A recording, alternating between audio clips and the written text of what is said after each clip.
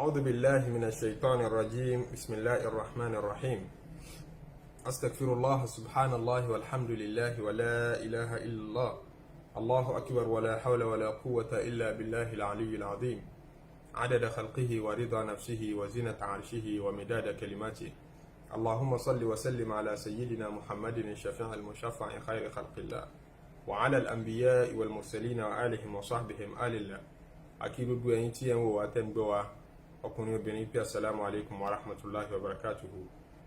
Ọba aláàánú ọba oníkẹ́ tó ní kí ìkẹ́ àtàánú rẹ̀ wà pẹ̀lú wa láti ọ̀sẹ̀ tó kọjá tó fi dèní tó fi wá ní kí jímọ̀ mi ò túmọ̀ ṣojú ẹ̀mí wa nínú islam àti iman. Adúpẹ́ lọ́dọ̀ ọba náà kó má ṣàjẹ́ àṣẹ ọ̀pọ̀lọpọ̀ jímọ̀ láyé, abẹ́ kó já máa ṣe ọ̀pọ̀lọpọ̀ jímọ̀ nínú àlàáfíà, abẹ́ kó já máa ṣe ọ̀pọ̀lọpọ̀ jímọ̀ nínú islam àti iman àti ihsan. Ọlá àjọ kan ṣoṣo Ọlọ́run, ọlá Muhammad rasulullah ọlá sallallahu alayhi wa sallam. Bí gbogbo wa ṣe mọ̀ tí ọ̀pá mọ́ sí wa pé oṣù Rabiul Awwal láwà, oṣù tí ó jẹ́ oṣù mèremère fún Nabi sallallahu alayhi wa sallam.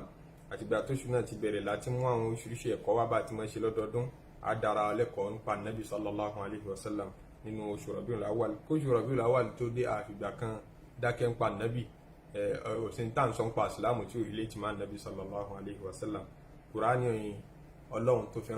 rán Nabi sallallahu alayhi wa sallam náà là ń preach fúnra wa, àdíìsì ànábì àtọ̀rọ̀ rẹ̀ náà là fi ń jẹ́rìí ẹ̀ kí Rabiul Awwal tó dé. So tí Rabiul Awwal bá tún dé, kò sábúrú tá a bá tún intensify ọ̀rọ̀ nípa Nabi sallallahu alayhi wa sallam. Inú oṣù náà la bí ànábì, ẹnu kò sí ọ̀rọ̀ tó sọ pé oṣù yìí kọ́ náà bí ànábì, ọ̀rọ̀ yẹn lẹ́gàn kò rí support nínú evidence. Inú oṣù yìí la bí ànábì sallallahu alayhi wa sallam. Inú oṣù yìí náà ni àwọn àfáà kan sọ pé Ọlọ́run gbé Ànábì sallallahu alayhi wa sallam dìde, àbí kí n sọ pọ̀pọ̀lọpọ̀ àfáà ni wọ́n sọ bẹ́ẹ̀, nítorí pé níjọ́ tó pé ọmọ 40 ọdún tó pé 40 ńlá gbé dìde gẹ́gẹ́ bí òjíṣẹ́. Ìgbà tá a bá dẹ̀ calculate ẹni tá a bí inú oṣù Rabiul Awwal tí ó bá pé 40, inú oṣù wo náà ni ó pé 40, inú oṣù Rabiul Awwal náà ni yóò pé 40. So wọ́n ní ó pé 40, àwọn kan ní ó pé 40 àmọ́ lé níjọ́ kan. So oṣù Rabiul Awwal náà làwọn náà ń tafà sí, àwọn kan ló lé níjọ́ mẹ́wàá, oṣù Rabiul Awwal làwọn náà ń tafà sí. Al-Hafidh ibn Abdul Barr òun náà dúró lérí pé oṣù Rabiul Awwal ni agbé ànábì dìde, depending lórí rìpọ́ọ̀tì tí wọ́n rí gbọ́ látọ̀dọ̀ Ibn Abbas àti Jabiru. Oṣù Rabiul Awwal lágbé ànábì sallallahu alayhi wa sallam dìde gẹ́gẹ́ bí ànábì. Ìgbéǹde yẹn àwọn kan ló pín sí méjì, tọ́ra àwọn kan níran oṣù Ramadan lákọ́kọ́ ayé àkọ́kọ́ sọ̀kalẹ̀, ọ̀rọ̀ yẹn dẹ̀ ló gbajúmọ̀ jù. Wọ́n ní gbéǹde náà lọ bí méjì. Gbéǹde tí Israfil, màláìkà tí ń jẹ́ Israfil kọ́kọ́ máa wá bá ànábì, tí máa wá bá a sọ̀rọ̀, tí dẹ̀ máa mú àwọn ìrahasọ́tù nubuwa wá tá ànábì máa ń lálàá. Gbogbo àwọn ìyẹn ló bẹ̀rẹ̀ nígbà tó pọ̀ mọ́ 40 ọdún. Ìgbà tó wá tó 40 ọdún lé mẹ́ta tó jẹ́ 43 years old ni Jibril ṣẹ̀ṣẹ̀ wá bẹ̀rẹ̀ sí ní mọ́ Al-Qur'ani wá. Eléyìí ló wá bẹ̀rẹ̀ nínú Ramadan. Àwọn skọ́là kan sọ bẹ́ẹ̀ níbàámu pẹ̀lú hadisi tí Imam Ahmad gbà wá nínú musnadu rẹ̀. So èyí tá a sáfẹ́ fàyọ ńbẹ̀ ni pé ọ̀rọ̀ wà lérí pé wọ́n gbé ànábì Muhammad sallallahu alayhi wa sallam dìde nínú oṣù Rabiul Awwal ńlọ́dà ànábì. So gẹ́gẹ́ ni bí ẹ sá ń pé agbé dìde sí wa gẹ́gẹ́ bí ànábì, oṣù Rabiul Awwal náà ló ṣẹlẹ̀. Bíbí rẹ̀ oṣù Rabiul Awwal náà ló ṣẹlẹ̀.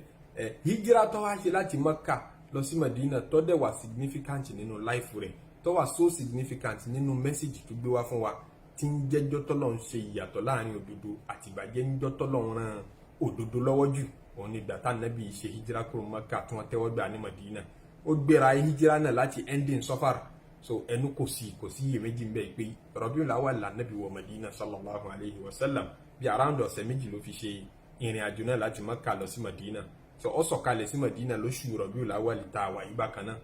So hijira ṣẹlẹ̀ nínú oṣù yìí. Ànábì ó wà lọ́ọ̀bọ́lọ́hún tí ó ṣe nígbà tá Nábì ó kú, ó tún jẹ́ ní oṣù Rabiul. Ṣé coincidence náà wà ní gbogbo kinní wọ̀nyí? Ètò Ọlọ́run ni ó specify oṣù yìí fún Ànábì sallallahu alayhi wa sallam ni. Ká ní pé coincidentally wọ́n bí ní Rabiul Awwal, coincidentally wọ́n tún gbé dìde Rabiul Awwal, ó tún happen pé wọ́n kàn tún ṣe hijira ní Rabiul Awwal, ó kàn tún happen pé ó tún kú ní Rabiul Awwal. Ètò Ọlọ́run ni. Ìgbà tí ó kú ní Rabiul Awwal, àwọn kan níjọ́ kejìlá, ẹnu òkò síjọ́ tó kú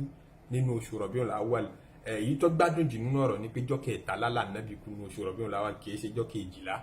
Nítorí historically ọ̀rọ̀ tẹ́ bá backdate calendar, ẹnu kò sí lẹ́nu gbogbo àìmọ̀ àwọn àfẹ́sìn péjọ Monday là Nábì kú. Àfọ̀rọ̀ kan tá a rí tóun náà lẹ̀ tí ò tiẹ̀ ṣe bójú wò péjọ Monday ni ànábì kú, wọ́n dẹ̀ delay sísin rẹ̀ fún ìjọ́ mélòó. so nígbà tá ànábì kú Monday tẹ́ bá wo kàlẹ́ndà Rabiul Awwal ọdún tá ànábì kú oṣù Rabiul Awwal tó wà nínú ọdún tá ànábì kú kò sí tí ó bọ́ síjọ́ kejìlá kò sí Monday tó bọ́ síjọ́ kejìlá àfi Monday tó bọ́ sí 13 ìyẹn ló support ọ̀rọ̀ àwọn scholars tí wọ́n sọ pé jọ́ 13 lànàbì kú kìí ṣe 12 kìí ṣe 12 Rabiul Awwal tó àti ẹ̀rí Imam Tabari àtàwọn àfáà mìíràn tán sọ pé jọ́ kejì Rabiul Awwal ni ànábì kú kìí tiẹ̀ ṣe jọ́ kejìlá àmọ́ ọ̀rọ̀ nípa jọ́ kejìlá gbajúmọ̀ nítorí pé Ibn Ishaq àti Waqidi àwọn àfáà tó gbajúmọ̀ tán máa kọ síra nàbàwíyà náà nìyẹn bó fẹ́ pé wọ́n fi rìwáyà tí wọ́n kìí sábà fẹsẹ̀ rinlẹ̀ àmọ́ tí wọ́n bá kọ fáwọn èèyàn máa gbajúmọ̀ ọ̀fà tó fi jẹ́ pé jọ́ kejìlá yẹn lọ gbajúmọ̀ pé ànábì kú èyí tó bá jẹ́ ń bẹ̀ ẹnu ṣàkóso pé inú oṣù Rabiul Awwal ni ànábì kú àwọn ìṣẹ̀lẹ̀ wọn yìí ló jẹ́ àfúrá kódà ìkóṣù yìí ọlọ́run ṣàlẹ́ ṣàfà ànábì sallallahu alayhi wa sallam àfi ń gbé láìfọ ànábì yẹ̀wò pé ká tún dára wa lẹ́kọ̀ọ́ ká má bàa gbàgbé ká dẹ̀ fi rántí orí tọ́lọ̀ ń ṣe fún alára Muhammadu ká dẹ̀ fi ṣàpọ́nlé ànábì sallallahu alayhi wa sallam gẹ́gẹ́ bí àṣẹ al-Qur'an ẹ̀kọ́ tá a fẹ́ mú jáde lénìí nínú ìgbésí ayé ànábì ẹ̀kọ́ hijira ìkànnù tó ṣẹlẹ̀ nínú oṣù tá a wà yìí Rabiul Awwal tá ànábì ṣe hijira ẹ̀kọ́ hijira tá a bá gbé yẹ̀wò ẹ̀kọ́ tí ń bẹ ń bẹ pọ̀ ẹ̀kọ́ tí ń bẹ ń bẹ kọ́ lẹ́kọ̀ọ́ ẹ̀sìn àtẹ̀kọ́ ayé tí yẹn fi gbáyé gbádùn tí yẹn máa mú nínú hijira ànábì sallallahu alayhi wa sallam èyí tá a fẹ́ focus lélẹ́rìí lẹ́ni òun lọ́rọ̀ sẹ̀kínà òun lọ́rọ̀ fàyàbalẹ̀ tèmi ń wá tíwọ́ náà ń wá olówó ń wá ìfàyàbalẹ̀ tálíkà ń wá ìfàyàbalẹ̀ ọkùnrin ń wá obìnrin ń wá ọmọdé ń wá àwọn lọ́balọ́ba ń wá ìfàyàbalẹ̀ everybody ní ń wá ìfàyàbalẹ̀ so àlúùlù tó sọnù tí gbogbo kálukú ń wá káàkiri ń bo ló wà gan-an tá a bá fẹ́ rí bó láṣìírí a fẹ́ mú ẹ̀kọ́ yẹn jáde látara ìrìn àjò tá ànábì ṣe láti Mẹ́kà lọ sí Madina tó fi migrate nígbà tí ara ní nígbà tí wàhálà pọ̀ àwọn òpìtàn Islam Ọlọ́run fi àwọn òpìtàn kẹwàá ní látẹ̀rí àwọn tabi'un àwọn tí wọ́n gbọ́kàn lẹ́nu àwọn sàhábà bíi Mujahid bíi Thabitul Bunani bíi Urwa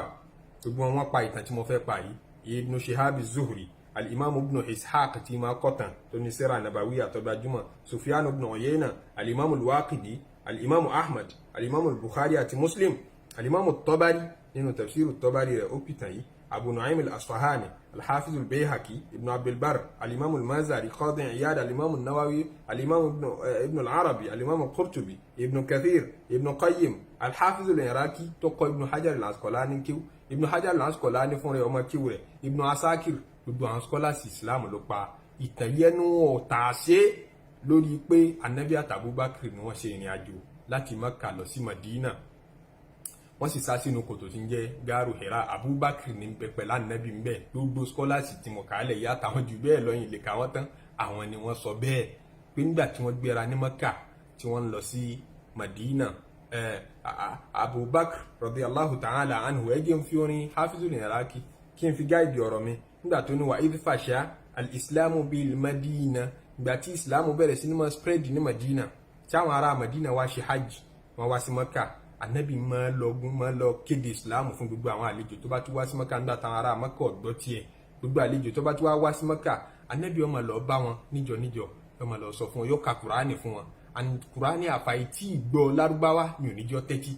ẹni bá mọ ẹwẹ́ èdè ẹni bá tiẹ̀ kọ́ èdè Lárúbáwá tó bá wọn tọ̀ wò yóò mọ ẹwẹ́ wà tí ń bẹ nínú Kùránì tá Ànábì bá ti kà á fún wọn gbogbo wọn máa farabalẹ̀ ní pé irú ọ̀rọ̀ wo nìyí àti ń gbọ́ ọ̀rọ̀ láì mọ iye ọdún amaye ìran tọrọ pín sí àyín ní kí ọ̀rọ̀ lámọ̀ amaye ìran tó rin pín sí amaye ìran tí ọ̀rọ̀ pín sí eléyìí ọjọ́ orin kọjọ ọ̀rọ̀ tàlà sọ àgbọgbọ ọ̀rọ̀ tó dùn tó báyìí èèyàn lè sọ eléyìí Ọlọ́run ni ó sọ tòótọ́ gbogbo wọn máa gbọ́ kódà àwọn kèfèrí Mẹ́kà tí wọ́n ń takò Ànábì sallallahu alayhi wa sallam tánirọ ní ń pa gbogbo wọn náà máa ń lọ dín gbọ́ wọ́n máa sọ fáwọn ọmọ wọn àtàwọn ìyàwó wọn kí ẹ gbọ́dọ̀ débẹ̀ wọ́n máa lé wọn tí wọ́n bá rí wọn pẹ̀lú Ànábì tí wọ́n yọ Kùránì gbọ́ àwọn àgbààgbà nínú máa lọ yọ ọgbọ́ lóru wọ́n máa lọ gbọ́ tá Ànábì bá ń kírun gbàtẹ́rì ń fáwọn èèyàn tó ń gbọ́ gba Islam àfàì tí gbọ́ Kùránì tí yẹn bá gbọ́ ẹwẹ́ èdè yẹn fún rẹ̀ náà ti tó ní tí máa penetrate sínú ọkàn láfi ní ọkọ̀ Kùránì kí wọn náà mọ̀ tún mẹ́ kó lè rí ẹwà mẹ́sẹ̀jì Ọlọ́run tó sẹ́ǹdì sí ọ Allahu Akbar tí wọ́n bá ti wá gbọ́ gbogbo wọn gba Islam àwọn àgbààgbà ń gbọ́ gbàtẹ́rì ń fáwọn ọmọ kéékèèké ń gba Islam wọ́n lé wọn kí wọ́n gbọ́dọ̀ gbọ́ wọ́n ní ká Ànábì náà wọ́n kírun ta mọ́ wọ́n fìtínà rẹ̀ tó bá ti fẹ́ ka Kùránì tó bá ti kà àwọn èèyàn máa gba Islam wọn fẹ́ káwọn èèyàn máa gba Islam gba tí nira yẹn pọ̀ tí wọ́n ń pa àwọn mùsùlùmí tí wọ́n ń fara ni wọ́n tán boycott wọn àtàǹjẹ fún wọn mọ́ wọn àra nǹkan lọ́wọ́ wọn mọ́ àwọn èèyàn ń kú tí wàhálà yẹn pọ̀ Ànábì tún lọ Tọ́ìfù wọ́n tún lé e lóko láti Tọ́ìfù nígbà náà ni ará Mẹdínà lọ́lọ́run wá ní káwọn tẹ́wọ́ gbà pé mọ́ bọ̀ wá lu wa tó bá dé ìlú wa á gba ẹ̀sìn yìí á tẹ́wọ́ gbà ọ́ á dé protect rẹ̀. Islam ti bẹ̀rẹ̀ sí ní mọ́ spread ní Madina. Ó ní wà idfashal Islam bil Madina.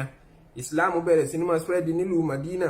Nítorí bẹ́ẹ̀ haja man yahfadhu fi ihadina. Gbogbo ará Mẹ́kà tí ó fẹ́ kí wọ́n ṣe òun léṣe, tí ó fẹ́ kára Mẹ́kà ó rẹ́sìn ìgbàdànù lọ́wọ́ òun, gbogbo wọn migrate láti Mẹ́kà wọ́n lọ sí ìlú Madina. Wa azama Siddiqu an yuhajira. Abubakar Siddiq òun náà intend láti ṣe hijira kó kúrò gẹ́gẹ́ bí àwọn aṣáájú rẹ̀ àwọn kan ti kúrò láti Mẹ́kà wọ́n ti lọ Madina. Òun náà wá ń palẹ̀ máa ti máa lọ. Faradahu nabiyyu hatta hajara. Ànábì ló dá Abubakar padà pé mi lọ ntẹ ìwọ dúró ná jájọ máa lọ hatta hajara ma'ani ilayha fatara faqaila gharin bi thawrin ba'du thumma rutahala. Àméjèèjì wọ́n jọ parapọ̀ ṣe ìrìn àjò. Ali náà sì ṣẹ́kù ní Madina ní Mẹ́kà sọ́rí. Ànábì dá dúró pé wọ́n máa bá mi dẹ́ gbogbo táwọn èèyàn tọ́jú sí mi lọ́wọ́ bá ń dá padà fún kálukú káwọn èèyàn má bàa sọ wípé a kó owó àwọn ṣe ìrìn àjò nípa àjà àwọn lówó mọ́lẹ̀. Bá ń dá gbogbo táwọn èèyàn tọ́jú sọ́wọ́ mi bá ń dá padà bí ọ̀bá rí bẹ́ẹ̀ ni àti Ali àti Abubakar àti Ànábì ni wọ́n bá jọ ṣe ìrìn àjò náà. Àwọn ọmọ Ànábì ọmọ bíbí inú Ànábì àtàwọn ọmọ bíbí Abubakar bí Asma'u àti Aisha gbogbo wọn sì wà ní Mẹ́kà pẹ̀lẹ́pẹ̀lẹ́ làwọn lọ bá àwọn Ànábì sallallahu alayhi wa sallam ní Madina. Tí mo fẹ́ lò ní pé Ànábì àti Abubakar wọ́n jọ bẹ̀rẹ̀ ìrìn àjò yìí nígbà tí wọ́n ń lọ, nígbà tí wọ́n bẹ̀rẹ̀ ìrìn àjò tí wọ́n rí pé táwọn bá torí ilé Abubakar là Ànábì gbà lọ ẹ̀yìn ilé rẹ̀ Allahu Akbar ògiri kan tí ń bẹ lẹ́yìn ilé rẹ̀ ihò tí ń bẹ ń bẹ ni wọ́n gbà jáde òjíṣẹ́ Ọlọ́run. Wọ́n wá ń sá nítorí kí Islam lè tẹ̀ wá lọ́wọ́ lé ní wọ́n ń preserve ẹ̀sìn. Wọ́n gbé ẹ̀sìn sákúrò Mẹ́kà gbàtàrà Mẹ́kà fẹ́ pa wọ́n. Wọ́n ṣe meeting wọ́n kó àwọn èèyàn jọ wípé Muhammad wọn náà ti gba tiẹ̀ ní Madina gbogbo àwọn follower rẹ̀ sí wọ́n ti ń lọ sí Madina. Òun náà ti ń palẹ̀ máa ti máa lọ tá ẹ bá jọ lọ tẹ́ ẹ bá jọ escape mọ́ yín lọ́wọ́ yóò di ẹ̀yẹ fún wa o kí ni ká ṣe. Wọ́n pe meeting ní Mẹ́kà àwọn kan ní ẹjẹ́ apá àwọn kan ní ẹ má pa yóò di wàhálà o bẹ́ẹ̀ bá pa àwọn mọ̀lẹ́bí rẹ̀ ò ní gbà o yóò dogun yóò di fìtínà Mẹ́kà ní tẹ́ ẹ bá ṣe ní pé ẹjọ́ máa lọ jẹ́jẹ́ ṣé ẹ rí tó bá rú là lọ́hùn a lè claim wọn pé ọmọ wa náà ní àwọn náà lè bẹ̀ẹ́ pé má bínú bí ọba sì rúlà lọ́wọ́ bá pa ajá sí pé níta nfẹ́ náà ni ó ti ṣẹlẹ̀ wọn àwọn kan ní rárá ẹ̀jẹ̀ apá ni ẹ má jẹ́ ọ lọ ẹ̀jẹ̀ apá ni ẹ má jẹ́ ọ lọ bá ṣe wá ṣe ní tí òfin ní wà lọ́rùn ìdílé kan pé alágbájá lọ́pàá wa lọ́mọ ẹ̀jẹ̀ àjọpá ọ̀pọ̀ pa ẹ̀jẹ̀ á mú nínú ìdílé kọ̀ọ̀kan ọmọ kọ̀ọ̀kan nínú ìdílé kọ̀ọ̀kan tí ń bẹ Mẹ́kà ń bí káwá dá dúdú wọn papọ̀ kí wọ́n jọ pa á lẹ́ẹ̀kan náà ara ìdílé Muhammadu ò nílé challenge wa pé pa wá lọ́mọ àti wọn kí gbogbo alápawọ́pọ̀ pa á tábà tiẹ̀ wá san owó tanràn kan gbogbo àná làájọ dáwó san owó tanràn èyí wọn palẹ̀ máa ti ṣètò lọ́wọ́ fífa Ànábì yọ̀ǹda pé ó yá jáde kúrò Mẹ́kà kó máa lọ Madina. Ànábì mú Abubakar ọ̀yálé Abubakar ilé Abubakar wọ́n gbà lọ sí òkè gáàrú Hira torí tí wọ́n bá bẹ̀rẹ̀ ìrìn àjò bẹ́ẹ̀ lẹ́ẹ̀kan náà ará Mẹ́kà ó lé wọn mú ó lé wọn bá orí dẹ́sàtì ni so nígbà tára Mẹ́kà rí pé wọ́n ti jáde wọ́n ti kúrò nílé wọ́n lọlé Abubakar wọn rí mbẹ Asma'u ni wọ́n rí Asma'u ọmọ Abubakar òun tiẹ̀ ń bẹ nínú oyún Abdullahi ibn Zubair ń bẹ nínú oyún gbà náà wọ́n rí bàbá rẹ̀ ńkọ́ nígbà tí ó tètè jẹ́wọ́ wọ́n gbà létí wọ́n ṣe é léṣe nínú oyún. Allahu Akbar àwọn yẹn wọ́n fara jìyà fẹ́sìn táwa ń ṣe pẹ̀lú rọ̀rùn lẹ́nìí nígbà tí Ànábì jáde pẹ̀lú Abubakar radiyallahu ta'ala anhu wa sallallahu ala Muhammadin wa sallam tí wọ́n wọ òkè gáàrú Hira wọ́n sá sínú kòtò kan bẹ̀ àmọ́ ará Mẹ́kà wọ́n máa wọn kan tó máa ń pè ní kufatul athar àwọn èèyàn máa bá ti máa tọ orí pa ẹsẹ̀ lórí dẹ́sàtì ṣẹlẹ̀ ń pé yẹ̀pẹ̀lẹ́ máa tẹ̀mọ́lẹ̀ wọ́n máa bá ti máa ń wá ẹsẹ̀ wọ́n wá ẹsẹ̀ àwọn méjèèjì débi pé wọ́n tọpa débi àpáta gáàrú fáwì tí wọ́n sá sí. nígbà tí wọ́n á débi àpáta yẹn ẹnì yẹn ń sọ pé ibi wọn wà wọn kọjá bí ó dá mi lójú mo ti ń ṣiṣẹ́ ìtìpẹ́ ibi wọn wà ẹ wò ó dáadáa wọ́n wá gun orí àpáta wọ́n wá wọn bí tí wọ́n wà wọ́n wo dodo kòtò tó wà nú àpáta wọ́n sì ń bí wọ́n wà ń bí wọ́n sì ń bí ẹ ti wo bí náà wò ẹ̀rù ń ba Abubakar wọ́n ti dúró lórí kòtò tá Ànábì wa ta Abubakar radiyallahu ta'ala anhuma wọ́n ti dúró ń bẹ̀ tán tí ń wò ó Abubakar wọn wò kí tán bá mọ̀ kò sàlẹ̀ wọn mọ̀ rí wa ẹ̀rù wa ń ba aya rẹ̀ ń já Ànábì ń sọ pé fọkànbalẹ̀ ń ta fẹ́ fàyọ náà nìyẹn ò ìfọkànbalẹ̀ tèmi àti ẹ̀ ń wá káàkiri nígbà tá a bá wà nù bẹ̀rù tá a wà nù ìbójó ọkàn wa kì í balẹ̀ níbo ni ìfọkànbalẹ̀ tí mo ń wá gan tá a bá ń wá ìfọkànbalẹ̀ nínú ayé Ọlọ́run sọ nínú Al-Qur'an ní pé nígbà tá Abubakar àti Ànábì sallallahu alayhi wa sallam tí wọ́n bára wọn ní situation yìí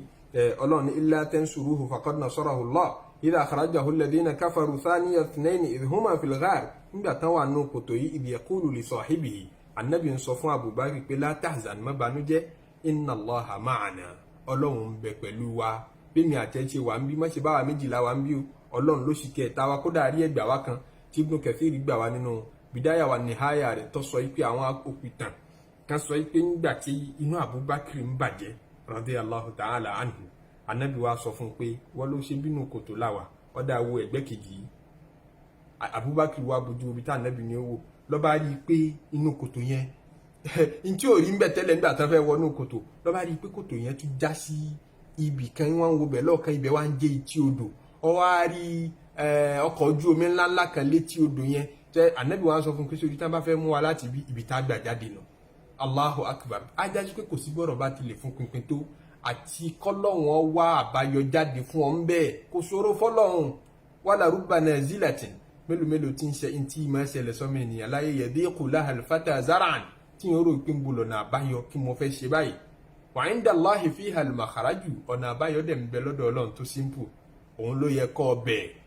ẹ̀dọ́ falamma istahkamat halaqatuha nígbà tọ́rọ̀ bá fún pinpin tẹ́ ẹ̀ rábàáyọ fúrìjà tilẹ̀ bá rí kọ́rọ̀ náà padà yanjú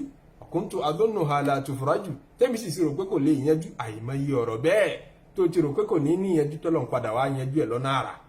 anabi wa ń fi Abubakar lọ́kàn balẹ̀ pé fọ́kàn balẹ̀ èmi àti ẹnìkan kọ́ la wà ń bí Ọlọ́run sì kẹta wa.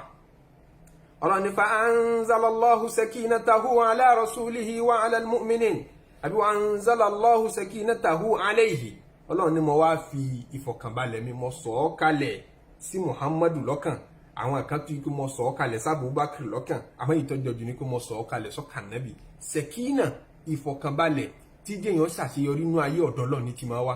ààyè bíi mẹ́fà lọ́lọ́run ti dákọ̀ sẹ̀kínà nínú Qur'an gbogbo ààyè mẹ́fẹ̀ẹ̀fà ọ̀dọ̀ ara ẹ̀ ní ma fi tì sí yóò ní wa anzalallahu sakinatahu alayhi wa ala almu'minin wa anzalallahu sakinatahu ala rasulihi wa ala almu'minin níbomi wa fihi sakinatun min rabbikum ọ̀dọ̀ Ọlọ́run ní ìfàyàbalẹ̀ ti máa wá má jẹ́ kẹ́nìkan tàn ọ́ kán sọ fún mi pé kọ́ wá ara ìfàyàbalẹ̀ olówó pọ́ọ́kú ẹ̀ńbì kan pé lọ́dọ̀ àwọn alágbára kan tó bá bá wọn ṣe ọkàn rẹ̀ balẹ̀ kò sí nǹkan kan kò sí mímì kan tó lè mì ọ́ àlùpàídà fàyàbalẹ̀ wọn fẹ́ fún ọ wọn lè fi ọlọ́kàn balẹ̀ tó bá ṣẹ̀ wọ́n tó bá ìkànnì àwọn mẹ́jẹ̀mú tó tán fún ọ tó bá mú un ṣe wọn ò bínú wọn ní foríjì hàn Ọlọ́run ọba nìkan ló lè wá fàyàbalẹ̀ sọ́dọ̀ ẹ̀ wàsífàzádùhùn rọ́hàkọ́ tó bá wá sọ́dọ̀ àwọn àlìjànú àbọ̀ wá sọ́dọ̀ àwọn alágbára bú wọn tún dẹ́rù pa ọ́ sí náà ni wọn tún sọ ọ́ dẹ́rù sí náà ni wọ́n máa jẹ́rù Ọlọ́run tún máa jẹ́rù nǹkan míì ọ̀gá mélòó lọ fẹ́ sìn kí ẹ̀ máa ń sin ọ̀gá méjì kó nísinmi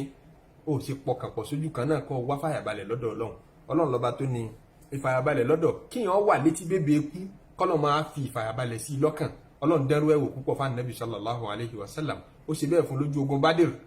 nígbà tó dàbí ìgbà pé wọ́n parẹ́ tó dàbí ìgbà pé wọ́n kú Ọlọ́run sọ ìfàyàbalẹ̀ sí i lọ́kàn àtàwọn mùmínì wọ́n wà lójú ogun wọ́n dẹ̀ ń sùn wọ́n sùn lọ pátápátá lójú ogun Badr ó kù àárọ̀ tí wọ́n jagun wọ́n dẹ̀ sùn wọ́n gbàgbéra tójò tú àárọ̀ tí wọ́n tún gbádùn ẹ̀ Allahu Akbar ìfọ̀kànbalẹ̀ ní jẹ́ bẹ́ẹ̀ ìfọ̀kànbalẹ̀ ní máa ń jẹ́ kí n ó lè ronú straight ó lè think properly ó lè mọ solution ọ̀rọ̀ rẹ̀ àmọ́ tẹ̀mí bá dàrú tọkàn rẹ̀ ọ̀sẹ́tù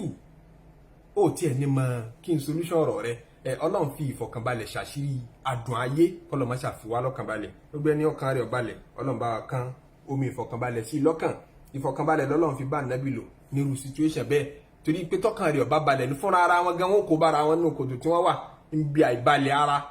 fúnra ara wọn ni wọn kó bára wọn níbẹ̀ táwọn kèfèrí yóò fi mọ̀ pé bí wọ́n wà Ọlọ́run wá fi wọn lọ́kàn balẹ̀ pé kò sí nǹkan kan ìfọ̀kànbalẹ̀ yẹn máa wá pẹ̀lú yẹ̀kín àmọ̀dájú Ọlọ́run àmọ̀dájú ẹni bá lámọ̀dájú Ọlọ́run ní sẹ̀kínà máa sọ̀kalẹ̀ sí lọ́kàn tó bá jẹ́ tálíkà yóò gbádùn ayé ẹ̀mí rẹ̀ ó balẹ̀ ju olówó tí olówó lọ́wọ́ lọ olówó mọ̀ rí ọ̀hún kí bóòlù lè ṣe ń gbádùn ayé jù mí lọ báyìí kó lówó lọ́wọ́ tó mi bẹ́ẹ̀ ni sẹ̀kínà lọ́lọ́run fi bá a lò Ọlọ́run ṣáà fi sẹ̀kínà bá wa lò jára dùn ayé ẹ̀kọ́ kan tí Ibn Qayyim al-Jawziyya dá wa nínú tírà rẹ̀ Madarijus Salikin ó ní àwọn àyà sẹ̀kínà bíi mẹ́fẹ̀ẹ̀fà tí ń bẹ nínú Kùránì yìí Ibn Taymiyyah táàrẹ̀ bá kọlù àbí fìtínà kan ṣẹlẹ̀ sí a máa ka àwọn àyà mẹ́fẹ̀ẹ̀fà yẹn àbí kó ní kí wọ́n kà á fóun láti fi lè wá ìwòsàn lọ́dọ̀ Ọlọ́run Ọlọ́run náà máa wá dán wò Ibn Qayyim Ọlọ́run máa dán wò bá fa àwọn tí máa dán wò wọ́n dẹ̀ máa rí kí dúdú ìgbà tóun bá ti kà òun máa rí ìfàyàbalẹ̀ látọ̀dọ̀ Ọlọ́run tó sẹ̀kínà tọ́lọ́run fi bá gbogbo àwọn ànábì ọlọ́run lò tó fi bá ànábì Muhammad sallallahu alayhi wa sallam àtàwọn sọ̀hábà rẹ̀ lò tó fi bá ànábì àtàbúbákírì lò nínú kòtò lọ́jọ́ sígbà tí wọ́n sá síbẹ̀ sẹ̀kínà náà kọ́lọ̀ mọ́ṣá fi bá gbogbo yín àti èmi tí ń sọ̀rọ̀ kó fi bá wa lò. ìyẹn náà ni ìrántí ráńpẹ́ tá a ní ká mú wá sí ti ìgbọ́ ara wa lé ní kásìkò mọ́ bá a lọ́jù ẹ̀ẹ́dá rántí pé èní ni jọ́ jímọ̀ kí gbogbo wa ká ṣe gbogbo iṣẹ́ jọ́ jímọ̀ ká tètè lọ jímọ̀ ká ṣàṣà láti kó pọ̀ fún ànábì sallallahu alayhi wa sallam ọlọ́run jẹ́ aṣọ pọ̀lọpọ̀ jímọ̀ láyé o subhana rabbika rabbil izzati amma yasifun wa salamun ala al-mursalin.